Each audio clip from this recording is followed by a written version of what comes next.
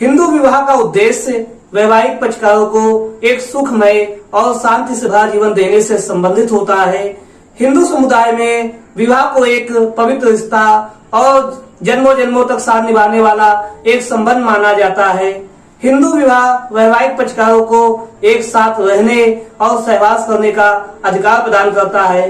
कोई भी पक्षकार बिना युक्त कारण के अपने आप को इससे अलग नहीं कर सकता है।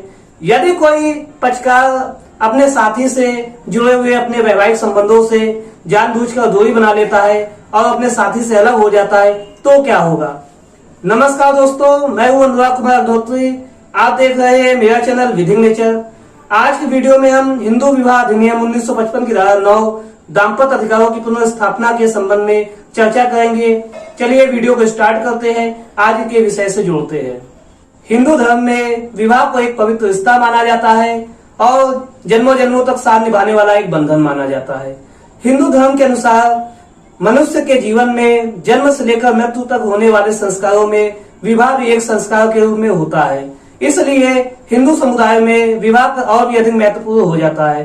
परंतु जब कभी वैवाहिक पक्षकारों में आपसी मतभेद के कारण वह एक दूसरे से अलग रहने लगते हैं और वैवाहिक संबंधों से दूरी बना लेते हैं, तो यहाँ पर हिंदू विवाह अधिनियम 1955 की धारा 9 दाम्पत्य अधिकारों की पुनर्स्थापना का एक अधिकार देती है वैवाहिक पक्षकारों को, जिसके माध्यम से वह अपने वैवाहिक संबंधों को एक बार पुनः से अच्छे से पहले की तरह जोड़ ले। अधिनियम की धारा 9 के तहत वैवाहिक पक्षकार युक्त कारण के बिना, उचित कारणों के बिना जब अपने साथी से जुड़े हुए अपने वैवाहिक संबंधों से जानबूझकर दूरी बना लेते हैं और अपने साथी से अलग रहने लगते हैं, तो यहाँ पर विवाह के पक्षकार यानी कि पति और पत्नी दोनों के पास यह अधिकार होता है कि वह धारा 9 के तहत न्यायालय के माध्यम से दाम्पत्य अधिकारों की पुनर्स्थापना की आज्ञप्ति प्राप्त कर ले। लेकिन यदि यहाँ पर वैवाहिक संबंधों से जानबूझकर दूरी बनाने वाले पक्षकार ने न्यायालय के समक्ष में अपने युक्त कारण बता दिए कि वह क्यों अपने साथी से अलग रह रहा है, और यदि न्यायालय को यह प्रतीत होता है उसके द्वारा बताए गए कारण युक्त है, तो यहाँ पर न्यायालय धारा 9 के तहत पेश की जाने वाली याचिका को खारिज भी कर सकता है। यहाँ पर देखने योग्य एक बात है, यहाँ पर जब धारा 9 के तहत याचिका लाई जाती है तो यहाँ पर जिसके विरुद्ध यह याचिका लाई जाती है उसके ऊपर यह भार होता है कि वह न्यायालय को बताए कि वह क्यों अपने साथी से अलग रह रहा है, क्यों अपने साथी से जुड़े हुए अपने वैवाहिक संबंधों से उसने अपने आप को अलग कर लिया है। इसे हम उदाहरण से समझ सकते हैं। यहाँ पर पत्नी अपने पति से अलग रह रही होती है। पति धारा 9 के तहत न्यायालय में दाम्पत्य अधिकारों की पुनर्स्थापना के लिए याचिका लेकर आता है, तो न्यायालय यहाँ सबसे पहले पत्नी को बुलाएगी और उससे जवाब देने को कहेगी कि वह अपने पति से क्यों अलग रह रही है। यहाँ पर यदि पत्नी असफल रहती है युक्त कारण बताने के कि वह अपने पति से क्यों अलग रह रही है, तो वहाँ पत्नी के विरुद्ध में दाम्पत्य अधिकारों की पुनर्स्थापना की आज्ञप्ति पास कर दी जाएगी। यदि पत्नी द्वारा युक्त कारण बता दिए जाते हैं कि वह अपने पति से क्यों अलग रह रही है, तो यहाँ पर न्यायालय याचिका को खारिज भी कर सकता है जो पति के द्वारा लाई गई है। और यदि यहाँ पर पत्नी जवाब देने के लिए नहीं आती है न्यायालय में अपना, तो यहाँ पर एक तरफा कार्रवाई करते हुए भी पत्नी के विरुद्ध दाम्पत्य अधिकारों की पुनर्स्थापना की आज्ञप्ति पास की जा सकती है। यहाँ पर युक्त कारण क्या हो सकते हैं, इसे भी समझने की कोशिश करते हैं। जैसे कोई पक्षकार बिना किसी कारण के सहवास से दूरी बना लेता है, कोई एक पक्षकार दूसरे पक्षकार के चरित्र पर लांछन लगाता है और उसके साथ गंभीर अभद्र व्यवहार करता है। जैसे कोई पक्षकार किसी अपने साथी को धोखा देता है और किसी और अन्य व्यक्ति के साथ संबंध रखता है। जैसे कोई पक्षकार यहाँ पर मानसिक और शारीरिक प्रताड़ना देता है अपने साथी को, यह भी एक आधार हो सकते हैं युक्त। और भी ऐसे बहुत से उदाहरण हो सकते हैं युक्त कारण के जिसको आधार के रूप में माना जा सकता है। चलिए धारा 9 को केस लॉ और न्यायालयों द्वारा दिए गए निर्णयों से भी समझने की कोशिश करते हैं। यहाँ पर युक्त कारणों में प्रमिला बाला बाई बनाम रविन्द्रनाथ बाई का वाद एक महत्वपूर्ण वाद है, जिसमें पत्नी अपने ससुराल में रह रही होती है, जहाँ पर उसकी सास के द्वारा उसके साथ अत्यंत कठोर व्यवहार किया जाता है, दुर्व्यवहार किया जाता है, जिसके कारण उसका वहां पर रहना कठिन हो जाता है।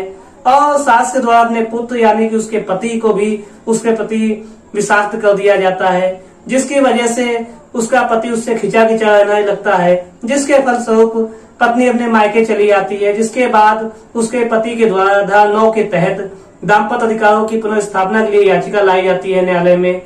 उसके बाद पत्नी अपने जवाब में यह कहती है कि उसके साथ क्रूरता की जाती थी और वह क्रूरता का आधार लेती है। यहाँ पर न्यायालय निर्णय देते हुए यह कहता है कि सास के द्वारा किया जाने वाला व्यवहार भी क्रूरता की श्रेणी में रखा जाता है और इसे क्रूरता का आधार माना जाएगा और पत्नी द्वारा बताया गया कारण युक्त प्रतीत होता है। चलिए एक और बात को देखते हैं। श्रीमती मंजुला जावेरी लाला बनाम जावेरी लाल विठुल दास के। यहाँ पर विवाह के बाद पति और पत्नी के घर में रहे होते हैं। पति एक प्रोफेसर होता है और कुछ दिनों बाद स्कूल खुल जाते हैं, जिसके बाद पति अपने कॉलेज की सेवा के लिए चला जाता है और पत्नी को अपने साथ चलने के लिए कहता है, लेकिन पत्नी बीमारी का बहाना बनाकर वहीं रुक जाती है। जिसके बाद पति बार बार पत्र लिखता है कि अपनी पत्नी को बुला ले, लेकिन पत्नी तब भी नहीं आती। इसके बाद पति धारा 9 के तहत दाम्पत्य अधिकारों की पुनर्स्थापना के लिए न्यायालय में याचिका लेकर आता है, जिस पर पत्नी अपने जवाब दावे में यह कहती है कि पति के द्वारा लिखे गए पत्रों में उसके साथ चरित्र पे लांछन लगाया जाता है, जिसकी वजह से उसको मानसिक आघात पहुंचा है। यहाँ पर पत्नी के इस आधार को न्यायालय ने स्वीकार नहीं किया और न्यायालय ने कहा कि पत्नी द्वारा लगाया जाने वाला आधार युक्त प्रतीक नहीं होता है। इसके बाद पति के पक्ष में न्यायालय पत्नी के विरुद्ध में दाम्पत्य अधिकारों की पुनर्स्थापना की आज्ञप्ति पारित कर देती है। हिंदू विवाह अधिनियम 1955 की धारा 9 दाम्पत्य अधिकारों की पुनर्स्थापना को संवैधानिक तौर पर भी चुनौती दी गई।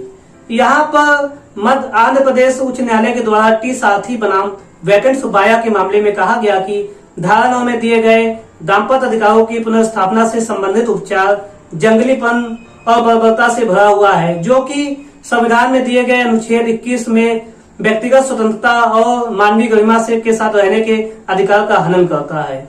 यहाँ पर नारी को अपने शरीर को कब और किसे देना है और उसे बच्चे पैदा करने का एक साधन बनाना है।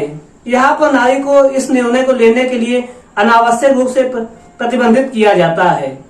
यहाँ पर नारी के व्यक्तिगत स्वतंत्रता पर भी प्रहार किया जाता है और जिसे प्रताड़ना के तौर पर देखना चाहिए। न्यायालय द्वारा यह कहा गया यदि दाम्पत्य अधिकारों की पुनर्स्थापना की आज्ञप्ति पास कर दी गई तो यहाँ पर यह प्राइवेसी के व्यक्तिगत अधिकारों का हनन होगा। इसके बाद न्यायालय ने अपने निर्णय देते हुए धारा 9 को संवैधानिक तौर पर शून्य और निष्प्रभावी घोषित कर दिया।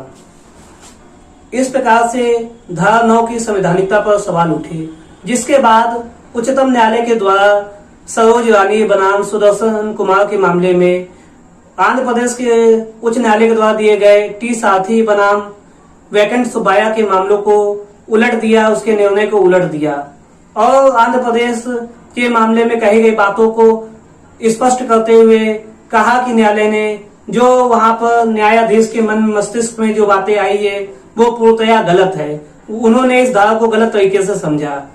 न्यायालय के द्वारा यह कहा गया कि दाम्पत्य अधिकारों की पुनर्स्थापना से संबंधित धारा 9 में को केवल वैवाहिक पक्षकारों को एक दूसरे के पास लाना और छोटे मोटे जो विवाद है उन्हें दूर करना है, जिसके माध्यम से और विवाह जैसी एक पवित्र संस्था को बचाए रखना है।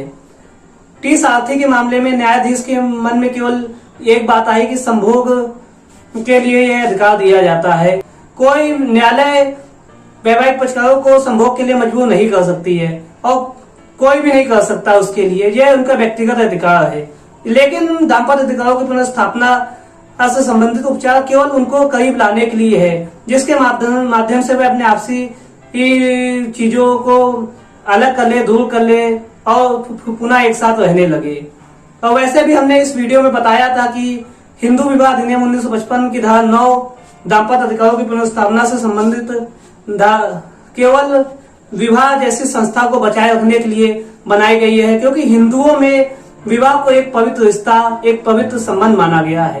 दोस्तों, इस प्रकार से बहुत सी बातें हैं जो मैंने इस वीडियो में आपको बताई।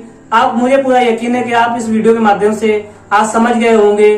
अगर आपको इस प्रकार के वीडियो अच्छे लगते हैं तो आप मेरे चैनल को सब्सक्राइब कीजिए, वीडियो को लाइक कीजिए और बेल आइकन पर प्रेस कर दीजिए, जिसके मैं आगे की वीडियो की नोटिफिकेशन आप तक आसानी से पहुंचा सकूं। बहुत बहुत धन्यवाद। जय हिंद।